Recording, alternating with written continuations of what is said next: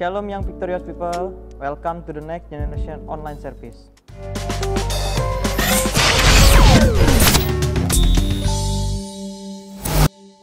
Kembali lagi bertemu dengan saya Bro Eko.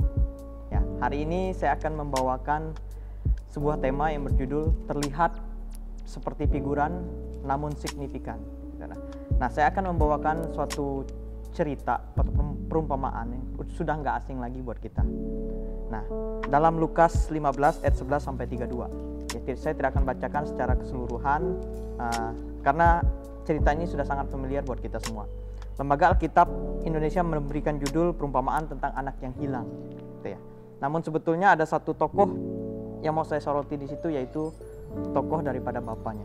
Ya. Tapi saya akan bahas ketiga-tiganya. Yang pertama yang akan saya bahas yaitu tentang anak bungsu, gitu ya. Kalau dilihat dari ayat 12, anak bungsu yaitu dia meminta harta warisan ketika ayahnya masih hidup. Gitu ya. Anak bungsu ini merupakan lambang daripada orang berdosa. Gitu. Anak bungsu ini minta harta warisan pada saat ayah masih hidup. Itu merupakan perbuatan yang sangat tidak terpuji. Ya, biasanya orang minta harta warisan ketika ayahnya sudah meninggal, tapi dia minta harta warisan terkala ayahnya masih hidup. Nah, setelah itu apa? Dia menghabiskan harta miliknya pergi ke negeri orang. Gitu. Sebetulnya tujuan utamanya bukanlah menghabiskan harta miliknya, tapi adalah dia tidak ingin dengan peraturan. Dia ingin hidup bebas. Itu sebetulnya tujuan utamanya. Nah, apa penerapannya buat kita anak muda pada hari ini, gitu ya? Apakah kita senang atau tidak diatur oleh Allah? Karena mengikut Tuhan itu banyak peraturannya. Saya berikan beberapa contoh, misalkan tidak boleh bekerja pada hari Minggu, harus menggunakan hari itu untuk melayani Tuhan dan beribadah. Kemudian juga dalam bekerja, ya kita harus bekerja dengan jujur, harus memberikan persepuluhan, jangan berzinah, nggak boleh memiliki pasangan yang tidak seiman. Mau nggak kita taat dengan aturan-aturan seperti itu? Dan masih banyak aturan yang lainnya. Nah, tatkala kita tidak mau taat, kita akan seperti anak bungsu ini di ayat 32, yaitu apa? Mati secara rohani dan hilang. Jangan anggap enteng kondisi mati rohani dan hilang ini. Kalau kita baca dalam Yesaya 53 ayat 6a mengatakan bahwa kita sekalian sesat seperti domba, masing-masing kita mengambil jalannya sendiri. Nah, nggak enak kalau masing-masing orang punya kebenaran sendiri, nggak ada patokan gitu. Dia menganggap segala sesuatu yang dilakukan adalah benar, si A benar, si B benar, merasa dirinya benar semua. Nah, itu kondisi tatkala kita mengalami kehilangan atau mati secara rohani. Nah, akibatnya apa? Ya, yang pasti adalah penderitaan akibat dari dosa perbuatan ini. Nah, kita lihat bahwa anak bungsu ini bahkan makanan babi pun tidak dikasih. Nah, tapi untungnya cerita ini nggak berhenti sampai di situ. Ada kelanjutannya. Nah, apa yang dilakukan oleh anak bungsu ini? Dia bertobat. Kalau kita lihat ayat yang ke-17. Lalu ia menyadari keadaannya. Nah, tatkala kita sudah hidup dalam dosa, pertama hal yang kita lakukan adalah sadar akan dosa kita. Kita renungkan bahwa apakah selama ini hidup aku sudah sesuai belum dengan kebenaran firman Tuhan? Apakah aku selama ini sudah mengasihi Tuhan atau belum? Nah, tapi sadar pun nggak cukup sampai disadar, kita sadar akan dosa kita. Nah, kita harus langkah kedua, yaitu mengambil keputusan. Di ayat yang ke-18 dan 19 dia mengatakan bahwa aku akan bangkit, tapi udah ada rencana. Ya, tidak ada gunanya kalau kita hanya sadar tapi nggak ngambil keputusan. Nah, kita sadar, gue sadar sih gue salah selama ini gitu. Tapi nggak ada niat untuk ambil keputusan meninggalkan dosa itu. Sadar iya, dosa juga jalan terus gitu. Nah, selanjutnya apa? Dia nggak hanya berencana, tapi ia betul-betul melakukan. Nah, ayat 20. Maka bangkitlah ia dan pergi kepada bapaknya. Setelah dia merencanakan keputusan, dia melakukannya. Nah, dan di sini kita lihat bahwa maka bangkitlah ia dan pergi ketika ia masih jauh. Dan di sini kita melihat bahwa dia mengambil keputusan. Ada banyak orang ketika salah gitu ya, udah buat sadar, kemudian dia ingin mengambil keputusan tapi enggak, atau bahkan dia udah mengambil keputusan tapi di tengah jalan ternyata ada nikmat-nikmat duniawi sehingga dia tergoda kembali lagi ke dosa yang lama. Contoh istri Lot, ya, dia udah meninggalkan mengambil langkah, tapi di tengah jalan dia noleh ke belakang. Nah, kemudian yang selanjutnya apa? Ia mengakui dosanya. Terlihat di ayat 21. Kata anak itu kepadanya, Bapa, aku telah berdosa terhadap sorga. Nah, dia nggak mengatakan bahwa ini kan karena roh jinah lah. Gitu. Itu kan karena teman saya, itu kan karena dan lain sebagainya. Dia nggak menyalahkan orang lain, tapi dia bilang aku telah berdosa. Nah, kita nggak bandingkan dengan kejadian dengan Adam dan Hawa gitu ya. Ketika mereka jatuh ke dalam dosa, Adam menyalahkan Hawa, Hawa menyalahkan ular. Nah, berbeda dengan anak ini gitu. Kita lihat juga ada beberapa tokoh dalam Alkitab yang mengaku dosa tapi tetap binasa. Misalkan Firaun, ya. Dia mengaku dosa, tapi karena dia takut hukuman. Ketika hukuman itu hilang, dia kembali berbuat dosa lagi. Begitu juga dengan Yudas Iskariot misalkan. Ia mengaku dosa, tetapi nggak bertobat. Nah, hari ini kalau kita sadar kita sudah berdosa, akui, datang kepada Yesus. Nah, karena apa? Alkitab bilang dalam Mazmur 51 ayat 19 mengatakan, korban sembelihan kepada Allah ialah jiwa yang hancur, hati yang patah dan remut tidak kau pandang hinanya Allah. Jadi jangan pernah takut untuk datang kepada Bapa. Nah, kemudian kita lihat bagaimana reaksi yang kedua adalah tokoh bapaknya. Bapak ini menggambarkan Bapa di surga. Nah, bagaimana reaksinya? Kita lihat ayat yang ke-20. Saya bacakan untuk kita. Maka bangkitlah dan pergi kepada bapaknya. Ketika ia masih jauh, ayahnya telah melihatnya. Ketika ia masih jauh, ya. Perhatikan bahwa ternyata selama ini bapa dari anak bungsu ini, ketika anaknya pergi, dia selama ini adalah menunggu-nunggu kapan, dari mana jalan dia pergi. Dia mengharapkan bahwa di situ akan ada anaknya. Kalau bapak ini nggak mengharapkan, tidak mungkin dia akan melihat dari jauh. Pasti ceritanya akan berkata bahwa ketika anaknya mengetuk pintu, datang. Tapi enggak, dia melihat dari jauh. Jelas ini suatu kerinduan daripada bapaknya bahwa dari jauh, pada saat anak itu pergi, dia sudah menunggu-nunggu kapan dia akan kembali dari mana jalan dia pergi. Nah, apa maknanya buat kita? Kalau hari ini kita udah pergi jauh, percayalah, Tuhan sedang menunggu-nunggu kapan waktunya kita bertobat, kapan waktunya. Dia nggak sadar, bahkan dari jauh kita udah datang pengen menghampiri, dia sudah melihat kita. Nah, kemudian yang kedua, bapak itu mendapatkan anaknya, lari mendapatkan anaknya, merangkul dan mencium dia. Ya, bayangkan nih, di sini bapaknya nggak jalan pelan-pelan, tapi bapaknya apa? Lari. Ayat yang ke-20b mengatakan bahwa ayahnya telah melihatnya, lalu tergeraklah hatinya belas kasihan. Ayahnya itu berlari mendapatkan dia. Lari merupakan satu kerinduan. Nah, bapaknya selama anak itu hilang, mungkin kalau zaman sekarang gitu ya, banyak bapak tatkala anaknya udah kurang ajar, dia bahkan tidak mau mengakui anaknya. Tapi beda, justru bapaknya yang duluan menghampiri anaknya, duluan berlari, nggak jalan pelan-pelan. Ya, lari itu menunjukkan suatu kerinduan. Kemudian dia mencium dan merangkul. Mencium sini bukan hanya sekedar ciuman biasa, bahkan kondisi anak itu mungkin pada saat pulang udah bau babi, bau makanan babi, tetapi mencium di sini apa? Mencium dengan sungguh-sungguh, dengan penuh belas kasihan. Itu yang dilakukan oleh bapaknya. Nah, kalau hari ini kita masih ragu apakah Allah mau menerima kita atau enggak, percayalah, keraguan-raguan itu berasal daripada si jahat.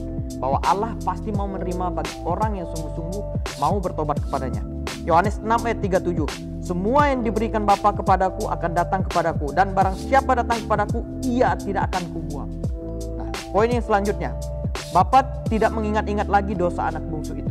Kita bisa baca secara keseluruhan bahwa bapaknya nggak sedikit pun mengeluarkan perkataan yang mengungkit-ungkit masa lalu anak bungsu ini. Seperti Yesaya 43 ayat 25, ya seperti itu juga Bapa kita, akulah dia yang menghapus dosa pemberontakanmu oleh karena aku sendiri, dan aku tidak mengingat-ingat dosamu lagi. Nah, kemudian Mika 7 ayat 19, biarlah ia menyayangi kita, kembali menyayangi kita, menghapuskan kembali kesalahan-kesalahan kita, dan melemparkan segala dosa kita ke dalam tubir-tubir laut. Jadi laut itu punya dasar, kemudian tubir-tubir itu jauh banget ke dalam dasar laut lagi. Nah, begitu gambarannya, bahwa Bapa tatkala kita bertobat, dia tidak pernah mengungkit-ungkit masa lalu kita lagi. Kemudian Bapa di sini dalam cerita perumpamaan anak yang hilang ini menerima anak bungsu itu sebagai anak, gitu ya. Tadi kita ada lihat bahwa ayat 18b sampai 19, anak itu merencanakan bahwa dia kembali kepada bapa dan minta dijadikan upahan bapa, gitu. Dan itu dilakukan. Kita bisa lihat dalam ayat 21. Kata anak itu kepadanya, Bapa, aku telah berdosa terhadap sorga dan terhadap bapa. Aku tidak layak lagi disebutkan anak bapa. Tapi seolah-olah belum perkataan itu selesai, bapaknya itu udah nyela, gitu. Dan terbukti di ayat 22, tetapi ayah itu berkata kepada hamba-hambanya, lekaslah bawa kemari jubah. Jadi perkataan anak itu nggak direspon sama bapaknya. Apa yang dibilang sama anak itu nggak direspon sama sekali. Seolah-olah dia nggak pengen mendengar perkataan itu. Jadi jelas betul bapak ini menerima sebagai anak. Bayangkan ya, suruh memberi jubah, bukan kotekan. jubah. Itu tanda kehormatan. Kalau kita lihat dalam kitab Ester 6 ayat 8 sampai 9. Kemudian memberikan cincin. Itu merupakan otoritas. Ya, Ester 3 ayat 10 dan 8 ayat 2. Kemudian bapak itu menyuruh memberikan sepatu, meskipun sebetulnya adalah sandal, yang artinya bahwa dia nggak pengen membiarkan kaki anak itu telanjang, karena pada saat itu yang dibiarkan kaki telanjang adalah seorang budak. Udah jelas bapak ini betul menerima anak bungsu ini kembali sebagai anak, bukan sebagai budak. Nah, selanjutnya bapak ini mengadakan pesta. Dari sinilah kita juga bisa tahu bahwa ada kata simfoni gitu ya. Kalau kita lihat di ayat 25, bunyi seruling. Sejatinya bukan hanya sekedar seruling, tapi simfoni, ya, paduan nada-nada dari orkestra yang sangat indah gitu. Jadi ada suatu kesenangan. Ya, kita tahu bahwa ayat Alkitab mengatakan bahwa satu orang bertobat, ya, surga ikut bergembira karena hal itu. Nah, di sini bapak ini mengadakan pesta. Dia senang akan kembali anaknya yang hilang ini. Nah, itulah gambaran bagaimana isi hati bapak terhadap anak-anaknya yang ingin kembali bertobat sungguh-sungguh hidup di dalamnya. Kemudian yang ketiga, ya, anak sulung. Ya, anak sulung ini apa yang kita bisa pelajari? Ia menjadi marah dan tidak mau ikut pesta. Nah, apa hubungannya, apa relevansinya dengan kita pada hari ini? Tatkala ada orang berdosa, ini sebenarnya sindiran untuk orang Farisi konteks pada saat itu Yesus memberikan perumpamaan ini. Apakah tatkala ada orang berdosa bertobat, apakah kita senang atau justru kita jengkel gitu? Dia ini yang saya pernah lihat temukan di klub malam dan lain sebagainya. Kenapa dia ini bertobat? Kenapa dia nggak hancur aja? Apakah kita reaksinya seperti itu ketika melihat orang berdosa bertobat? Kemudian ia iri hati. Ya, ayat 29 dan 30. Dia mengatakan bahwa bapaknya nggak pernah seekor pun menyembelih kambing untuk dia, untuk sahabat-sahabatnya.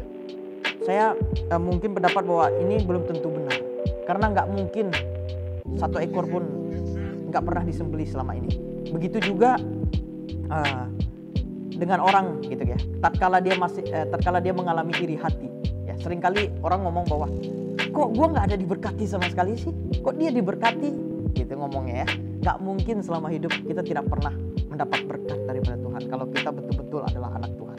Nah, itu merupakan perkataan orang tatkala dia merasa iri. Kemudian dia meninggikan dirinya.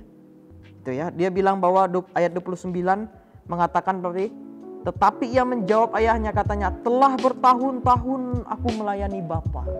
Ya, bertahun-tahun melayani. Tapi aneh, kata yang digunakan melayani sini bukan diaken. Justru apa? Duoleo, yang lebih mengindikasikan kepada, kalau kita bandingkan dengan doulos gitu ya, hamba atau budak. Jadi selama ini dia melayani itu bukan dengan keikhlasan, dengan hati yang sungguh-sungguh, dengan kasih dan sukacita, tapi seperti para hambanya yang lain. Dia menganggap bahwa dia adalah, ya, orang yang pantas dihargai, diupah. Sebetulnya adalah dia betul-betul tulus ikhlas melayani. Nah, aneh, ternyata dia selama ini dia menganggap dia pelayanan itu dia butuh upah, butuh penghargaan dari ayahnya. Nah, selanjutnya apa yang kita bisa pelajari daripada anak bungsu ini? Ia menjelek-jelekkan adiknya. Ia berkata bahwa adiknya memboroskan harta, ayat 30. Ya, tetapi baru saja datang anak bapa yang telah memboroskan harta kekayaan bapa, gitu ya. Nah, padahal di awal tadi kita lihat udah ada pembagian hak sebetulnya. Dia menghabiskan harta kekayaan yang memang menjadi hak anak bungsu ini. Kemudian dia bilang bahwa telah memboroskan harta kekayaan bapa bersama dengan pelacur-pelacur. Pertanyaannya, anak bungsu ini nggak ada pada saat itu, di situasi itu. Dari mana dia tahu kalau adiknya memboroskan harta dengan para pelacur? Nah, jangan sebagai orang Kristen, anak muda Kristen, jangan pernah punya persepsi apa-apa kalau kita nggak melihat kejadian secara langsung. Dan juga kalau kita perhatikan di ayat yang ke 26, 27, dia klarifikasi bukan pada sumber utama. Dia tanya kepada apa? Lalu ia memanggil salah seorang hamba dan bertanya kepadanya, apa arti semuanya itu? Jawab hamba itu, adikmu telah kembali dan ayahmu telah menyembelih anak-anak lembu tambun karena ia mendapatkan kembali dengan sehat. Harusnya dia klarifikasi langsung kepada ayahnya, pada adiknya. Andai kata dia melihat kondisi adiknya pertama kali datang pada saat itu, mungkin reaksinya dia katakan seperti itu. Bahwa melihat adiknya dengan pakaian kotor, compang-camping, pasti ada timbul rasa belas kasihan. Nah, sayangnya dia klarifikasi pada sumber, bukan sumber yang pertama. Gitu. Meskipun di sini hambanya sudah memberitahukan dengan benar gitu ya. Untungnya hamba ini memberitahukan keadaan yang sebenarnya gitu. Kalau keadaan nggak sebenarnya, mungkin anak sulung ini bisa lebih marah. Kemudian dia nggak mengakui adiknya sebagai saudara atau adik. Terlihat dari ayat 30, dia menyebutnya sebagai anak bapa. Padahal hambanya aja menyebut adiknya. Dia nggak menyebut bahwa saudaraku, adikku. Dan dia udah nggak menganggap dia sebagai adik, tapi disebut anak bapa. Nah, apa makna yang mau didapatkan? Ini yang terakhir, makna secara keseluruhan yang mau didapatkan. Kalau saat ini kita merasa bahwa kita sudah berada dalam gereja, kita mungkin merasa bahwa kita ada di dalam gedung gereja, persekutuan yang rajin dan lain sebagainya. Jangan sampai sejatinya adalah kita yang terhilang. Tatkala melihat orang berdosa masuk, bergabung, minta ampun, kita malah nggak senang melihat itu gitu ya. Lebih baik kalau kita lihat bahwa anak bungsu ini, sekalipun dia berdosa, namun dia bertobat. Sedangkan kita mungkin tiap hari berada di dalam persekutuan komunitas, tapi kita tidak pernah meminta pengampunan, tidak pernah meminta pertobatan, mengalami pertobatan kepada Tuhan. Kita tidak menyadari betapa dosa yang mungkin kita perbuat hari demi hari. Nah, sekalipun tanda kutip kita melihat bahwa Bapa itu begitu dekat gambarannya dengan kita, namun sebetulnya hati kita jauh. Berkebalikan daripada lagu dunia. Orang bilang apa? Jauh di mata, dekat di hati. Kalau ini dekat di mata, tapi sebetulnya jauh di hati. Kiranya firman Tuhan ini dapat memberikan kita pelajaran melalui perumpamaan yang selama ini terlihat sangat sederhana, namun sebetulnya kekayaan di dalamnya sungguh luar biasa. Dan perumpamaan ini diucapkan oleh Yesus sendiri. Tuhan Yesus memberkati. Mari kita bersatu dalam doa. Bapa di surga, terima kasih Bapa bahwa luar biasa manfaat dan luar biasa pelajaran yang kami boleh ambil, bahkan dalam satu perumpamaan yang tampaknya sederhana namun sebetulnya maknanya sangat dalam yang Kau berikan Bapa. Oleh karena itu ya Tuhan Yesus, biarlah kami menyadari setiap kesalahan yang kami perbuat dan terus menerus mempengaruhi hidup kami setiap hari Bapa, agar semakin serupa dan segala dengan Engkau Yesus. Berkati Bapa gereja ini di bawah pengembalaan Pastor Abraham Pondok Supit, biarlah segala visi misi apa yang dikerjakan betul-betul sesuai dengan seluruh dan kehendak Kau Bapa. Bahkan sampai kepada pelayan-pelayan yang melayani Bapa, biarlah selalu diberikan kedisiplinan hati yang mengasihi, betul-betul sungguh-sungguh melayani Engkau ya Tuhan Yesus. Kami betul berserah penuh Bapa, anak-anak muda di tempat ini juga semakin giat melayani dan mereka juga semakin memiliki hubungan pribadi dengan Engkau Bapa. Tatkala kami salah, kami tidak ragu menghampiri tahta-Mu Bapa, karena kami yakin bahwa ketika kami sungguh-sungguh bertobat, Engkau betul-betul mengampuni kami. Terpujilah nama Bapa, dalam nama Tuhan Yesus kami bersyukur. Haleluya. Amin.